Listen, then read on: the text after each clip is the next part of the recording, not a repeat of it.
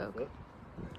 Hey HBC staff and family, how are you? Who wants to learn a little bit about beekeeping with the Bradfords? Obviously most of you know me, Troy. Here's my lovely wife, Ellie. Hi. Hey, first off I want to do a big shout out for Mark Koopman. It is his, let's see, how old am I? Oh, it is Mark's 50th birthday today. Holy moly, Mark, you're getting old. So we're just going to do a quick 10-15 minute video, get into one of our beehives, go a little bit about what each of the different boxes are, kind of the importance of honeybees, and won't get into everything today because we're going to be live broadcasting again on Friday, probably from a different location. I've got honeybees in 8 different locations throughout Indianapolis. So this is a smoker, so this helps calm the bees so we can work the bees a little bit better without them being mad at us for getting into their home. So we'll start off by, it's screened underneath here, so we'll just put a little smoke underneath so it gets up into the hive, and then a little smoke up in the top box. We'll let that sit there for a second.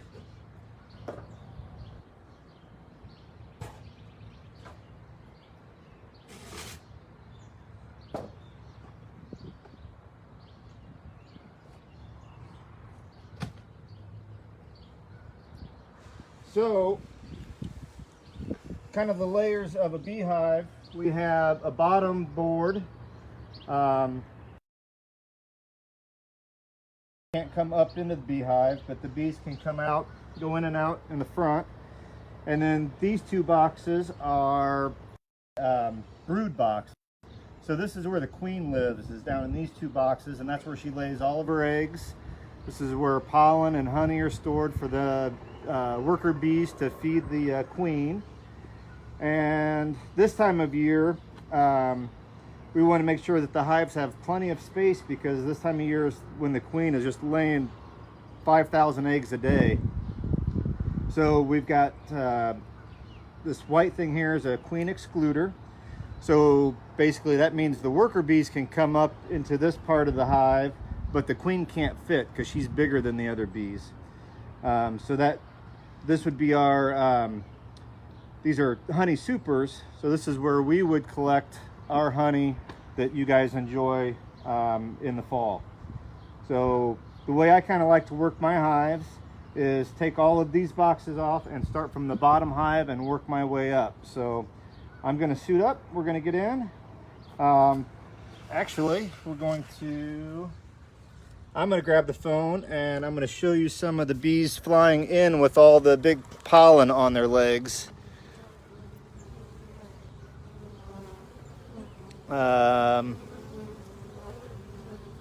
There's one right there. She just crawled in, but they've got little sacs on their legs, and that's what they that's how they bring the pollen in when they're out getting on the flowers.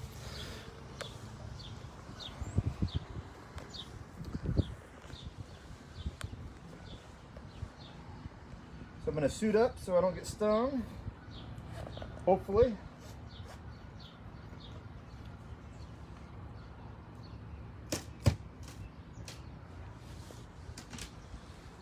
Now this box here is a little different than any of the other boxes I have. It's called a flow hive, and peak season bees will be filled in here, and they'll actually have honey in these little cells that are already made out of plastic, and you can extract the honey straight out of the back without ever disturbing the bees.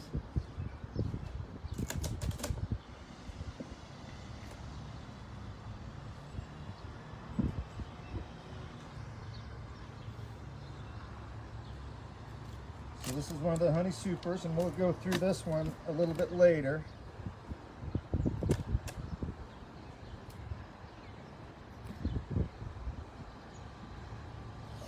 Now, since I'm going to take this brood box off, I want to make sure that I take the queen excluder put it over this box because if the queen is in this upper box here, I don't want her to accidentally crawl down into my honey supers. So we want to keep her contained to these two boxes. But this hive is actually queenless at the moment. No, there was a queen cell there. So this time of year, how bees reproduce in the wild is they swarm. So when the hive gets too full, the current queen that's in here will actually leave with about half of the bees. And that actually happened yesterday. And I was able to capture the swarm. It went into a tree across the street. I was able to grab it with a ladder and another box. If you see real close here,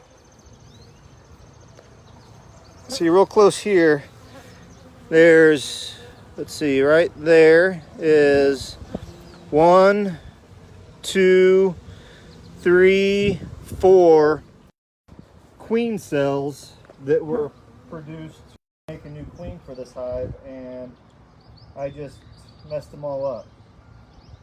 So hopefully there were some more queen cells that I did not mess up by getting into this hive.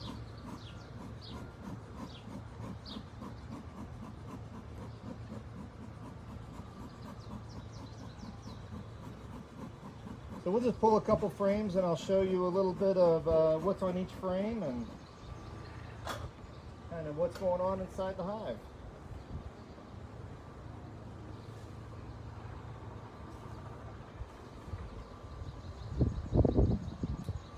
Now, I'm sure a few of you are wondering how I can work the beehives with no gloves on. Well, this time of year, the bees aren't very aggressive because they're just starting to pile up supplies for the summer. As the season goes on, as you get closer into the fall, I will definitely have gloves on because then they get a little more protective of the honey that they've got in the hive for their winter storage. But this time of year, they're really pretty gentle for the most part. So this frame here, as you can see, they build out and have cells that the queen lays in.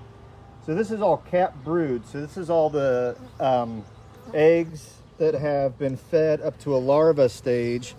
And once they get to a certain age, the worker bees and nurse bees in here will actually cap that off, and the larva will emerge a couple weeks later into new bees. Now the bee cycle would be, once the new bees are emerged from the cells, they become nurse bees, which help feed all the new larvae and eggs.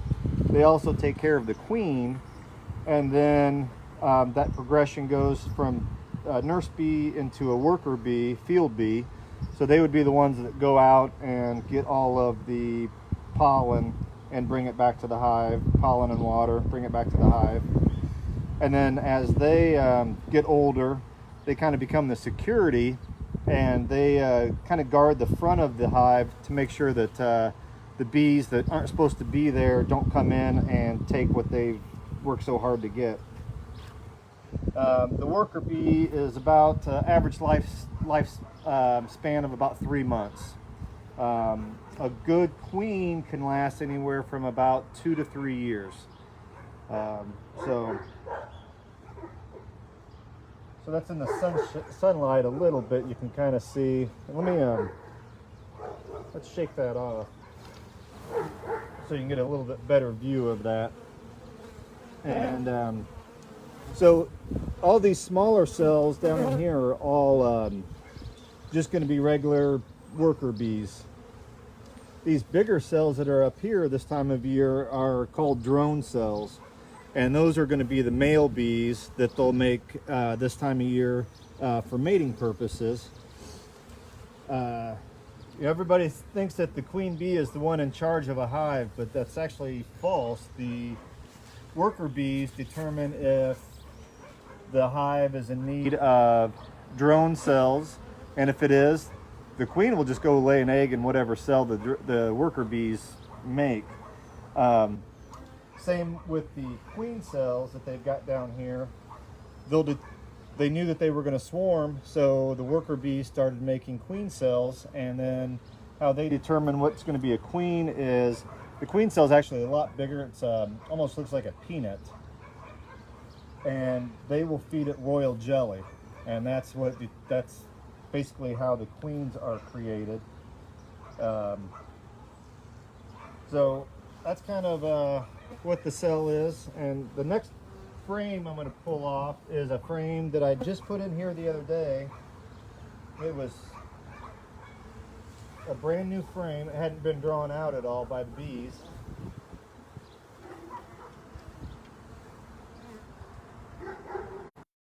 What a new frame looks like. It's just a plastic corrugated, or not corrugated, but hexagon shape like the cells are, and then the bees will start working on drawing that out. You can kind of see in there a little bit, they're starting to draw those frames out with the wax that they produce, and then it ends up looking like that once it's done. So I put a couple of these frames in the other day to try to prevent them from swarming, give them plenty of space within the hive to for the queen to lay eggs, but I guess they had other ideas.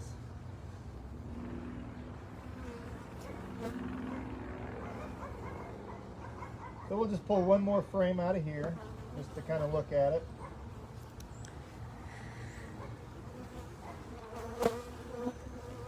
And again, that queen that was in here was a great queen, and she was laying eggs like crazy. So that's full of brood. I'm trying to think. There's a little girl right there with some bright yellow on her legs. There was another one floating around in here that had a bright orange on her legs. Let's see if I can find her again. Don't see her.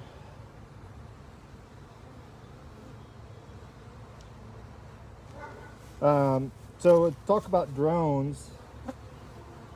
So the average worker bee is about that size right there, and right here, this one here is a drone. So he's one of the male bees, and they're only produced in the spring, and then if there's any drones left in the fall, the hive will actually kick them out because they have no use to the hive in the wintertime except to eat food. So they kick them out, and then they just reproduce new drones every spring. So even though half of the bees left yesterday in a swarm, the hive is still really healthy. It's got a lot of bees in it, so this should be a good producer of honey as things come.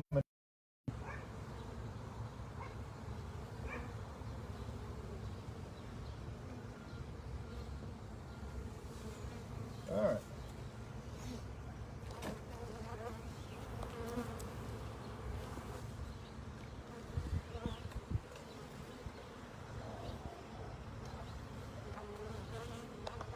I tried to do my best not to smash any bees, but pretty much is a given that you're going to smash a few bees when you put your frame or boxes back on.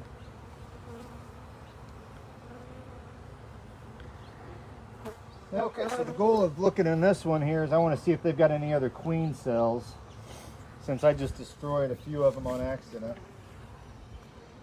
But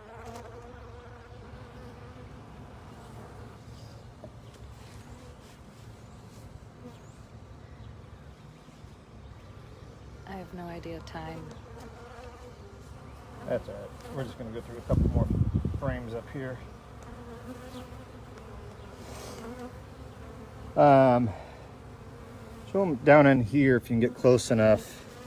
That's all pollen that they're bringing in, that they're storing. So and they'll use that for food and making honey. A whole bunch on that frame there.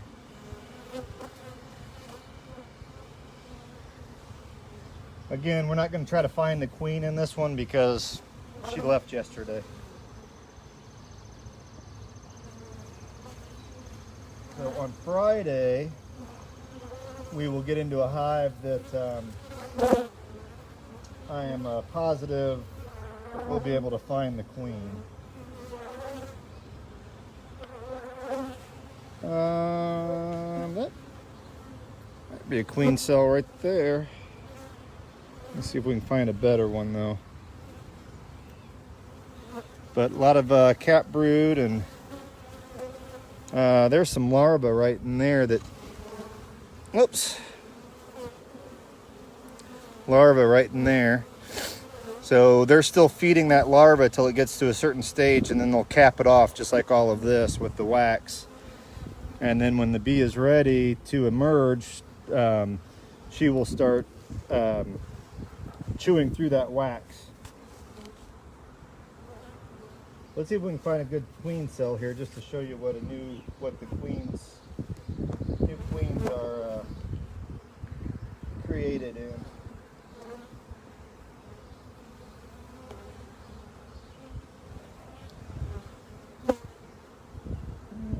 There, a bunch of drones, just more brood. So we had a really good queen in here, and she was just busy as can be. Busy as can be. But you can see on this frame here, there's a lot of drones. Big drone, drone. So a lot of male bees on this frame here. And again, they'll leave the hive during the day and for mating purposes this time of year.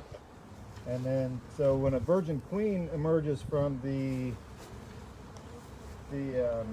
cell, she'll stay in the hive for a couple of days to kind of get familiar with the hive, kill any other queen cells that are in the hive, and then after a few days, she will actually take her mating flight, and she'll actually find where all the drones are. They'll usually be all in the same spot, and then she'll mate 15-20 times in a day, and then she returns back to the hive, and then she never leaves the hive again unless she swarms like they did yesterday, or she dies. So usually it's just one flight, and that's their mating flight.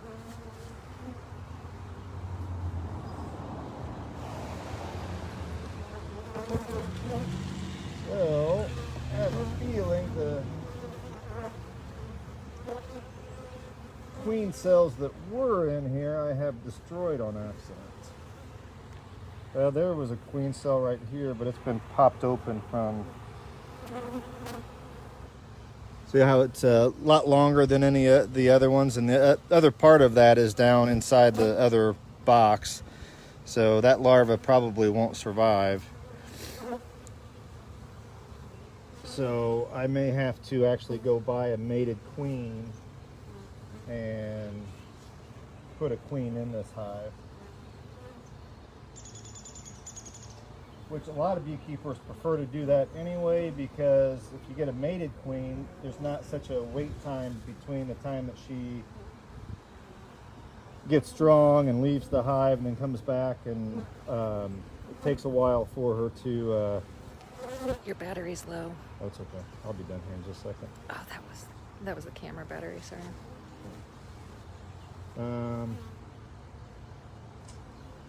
Right there might be a queen cell that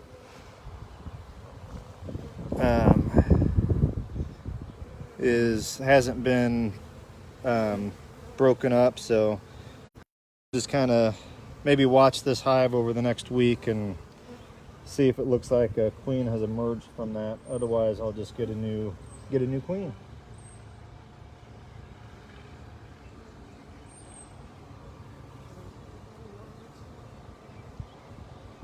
All right, well, we're going to put this hive back together And on Friday, we'll kind of go over some other things and show you kind of what a honey super looks like. We'll get into a hive that I know we can, it's got a marked queen on it, and we'll find the queen so everybody can check that out.